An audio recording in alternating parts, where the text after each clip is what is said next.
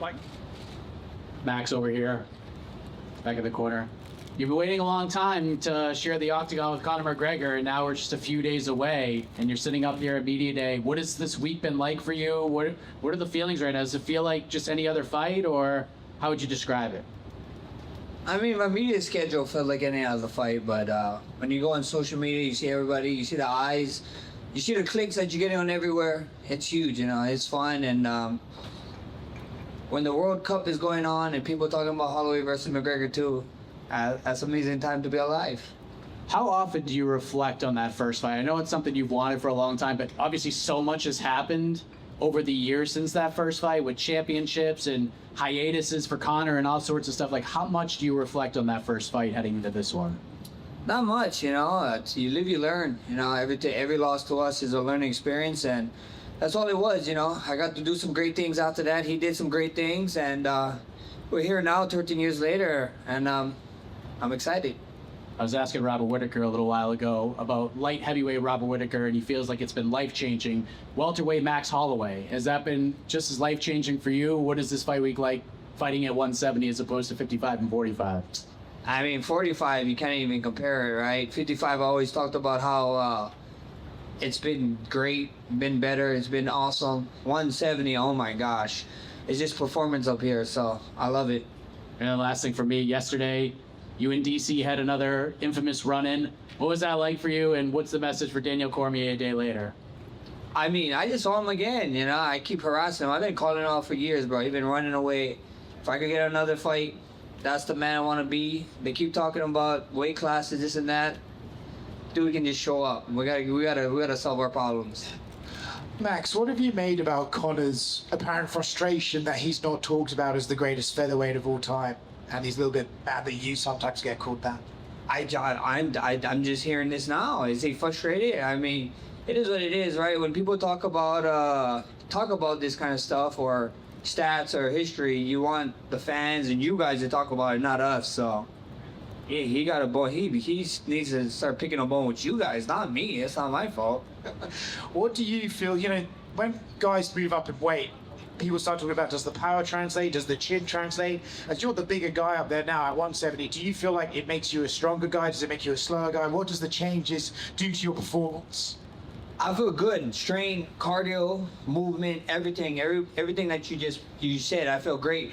I know you guys have been following me in media and seeing what I've been doing. We bring in a former 170 champion, Jack Della. Had great looks, had great training. We was only supposed to train together for a week. We loved it so much. He ended up staying for a second week, and I think so bringing him in was huge. You know, it was good fun, and we'll get to find out Saturday night. It's gonna be fun. It is what it is. You have done a lot of stuff in the last 5 years since Conor's been away, right? 300, the BMF belt. There's been massive moments.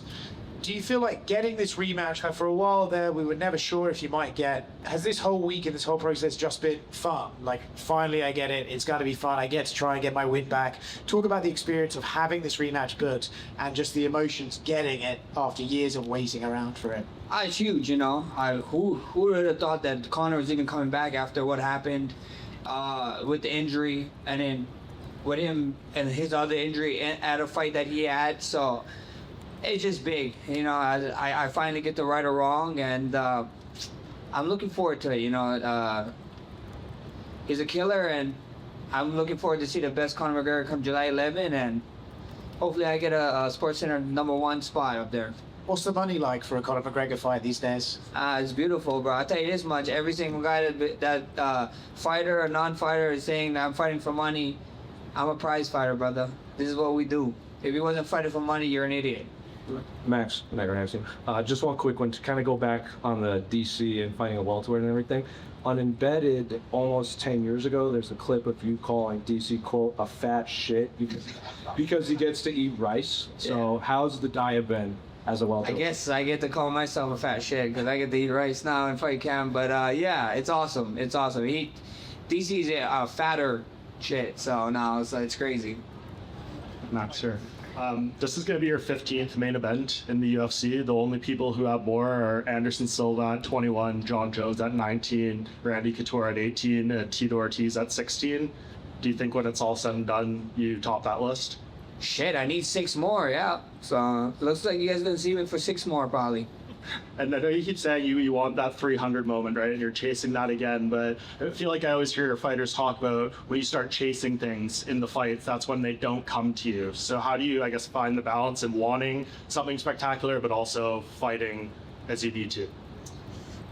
I understand what you're saying, you know. I couldn't tell you, but that's the things that I want, you know. I didn't, like you said, I know there's records out there that I want. I guess I didn't even keep out of it, so you just made me change my mind. I'm not choosing no moment. I want Sports Center top 10. Maybe we get the number 1. See, reverse psychology. And I know you said last time you didn't love having to do all the face-offs with Charles, the Paramount one. I don't think you're going to have to do it because we're not at the Apex this time. So are you just looking forward to seeing Conor for the first time tomorrow in front of the crowd with all that energy? For sure, yeah. I mean, I think that face-off is just weird, bro. Weird as hell. You keep seeing this guy. I mean, I know I'm usually cool with the guys, even with Charles, but it's just weird seeing him true. Like, you know, we're not going on a date or nothing, you know. Just let me see them one time, so. At the end of the day, I'm glad that we finally get to go back to somewhat normal. Press conference, weigh-ins, and then fight night. Should be fun. Go, please. Max, you meet Gaethje and you are the BMF, but Conor insists he's still the true owner of the division. What are you going to do this Saturday to prove his time has passed? I'm gonna go in there and put pause on him. You know, I'm gonna make him wish that he didn't come back. Actually, no, I'm not gonna make him wish that. I'm gonna make him think that he can do it one more time, so we can rematch at the end of the year. Max down here to your left. Down here to your left there. You can't. Anyway. Anyway, I feel like the consensus among most MMA fans, given Conor's layoff, is that you should walk right through him, particularly with your you call him heavy style. How is it competing with the pressure of being the one who should come out with the victory? I mean, that's crazy talk, right? A lot of people, a lot of fans is calling Conor out, which is crazy. I mean, a lot of people calling Justin Gaethje out. I mean, this is different.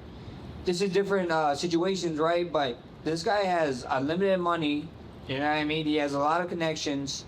He's coming back from a crazy injury. He supposedly found God. His kid's gonna be here at the fight.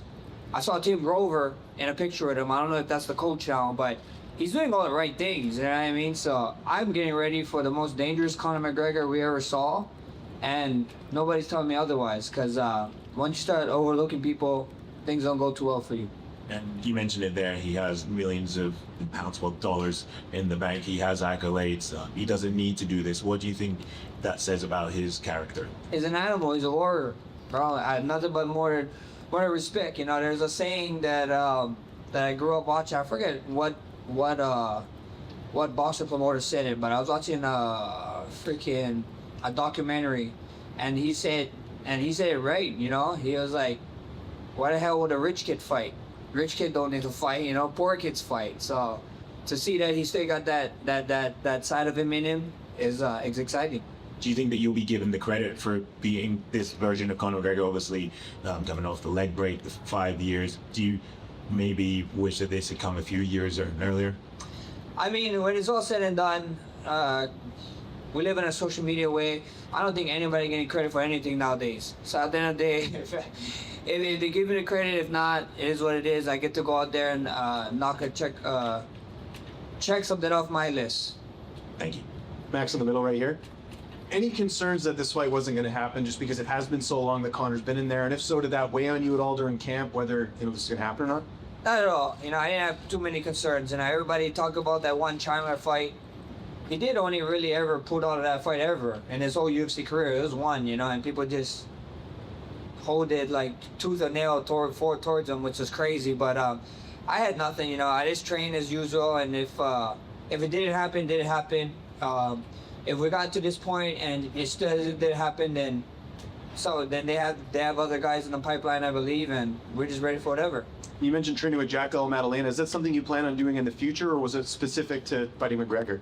Oh, for sure. Now we got guys, you know, I'm at that point in my career where I think so we have a little bit more connections with a lot of different camps and different people, and bringing in different bodies is good, you know. It only helps me. I learned a lot from Jack, and, you know, I'm excited to do more training in the future. This last one for me. I don't know how much you still follow the Toronto Raptors, but what do you think of Kawhi Leonard going back to the Raptors in the big trade? I'm pretty excited.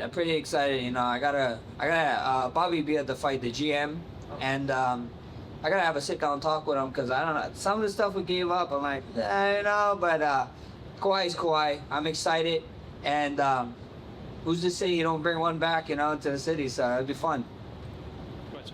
Hey Max, there's another Pacific Islander, more on the Maori side, of Robert Whitaker, who's also moving up a division in this card. So I'll kind of ask you the same question I asked him. What's that like with this camp being up as far as your walking weight goes? Can you maybe tell us a little insight as far as what your walking weight was around 55, and does it change too much for this 170 camp?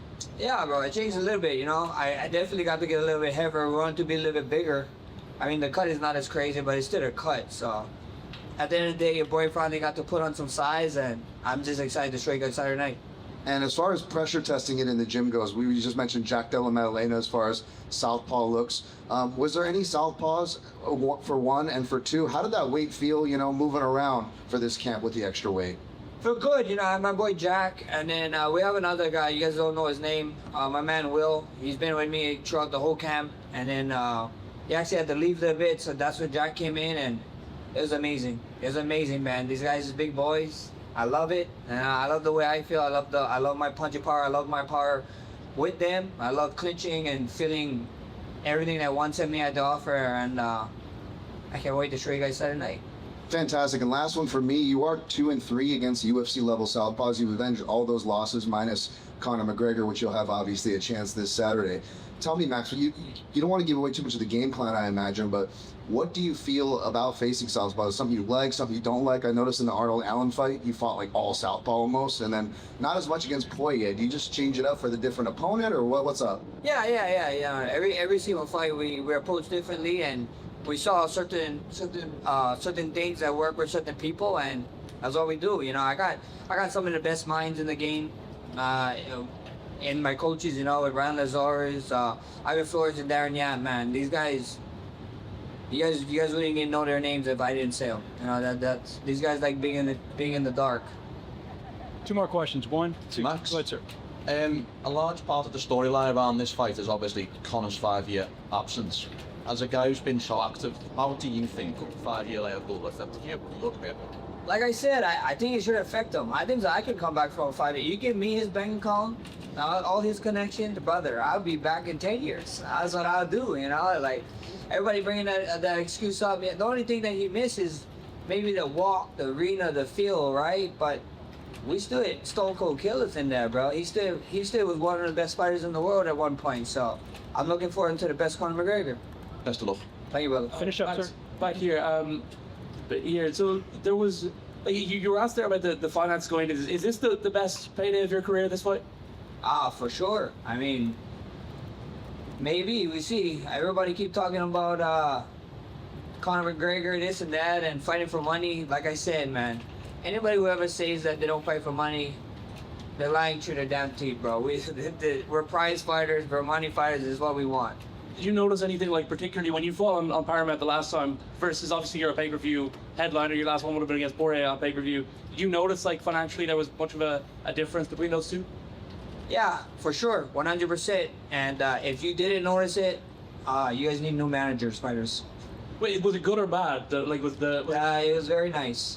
And last one, just you were asked there about, Oscar asked about, you know, Conor being frustrated at being, you know, not ranked as the best featherweights. Of the 5 who have had that belt, be you, Volk, Ilya, Conor, and obviously Aldo, how do you rank them from 1 to 5? I think Aldo is my favorite, you know what I mean? But I can see the case with Volk for sure, you know what I mean? And then I also see through the media size why, and I'm not gonna rank myself in it, right? So if it's 4, would have to be Aldo, Volk. Maybe you give a little bit more to Ilya because of who he did and the guys he fought, right? And then Conor just won it one time, boom, disappeared, became a double champ. So, you know, 2 is for him, but that's just the way I look at it. Thank you, guys.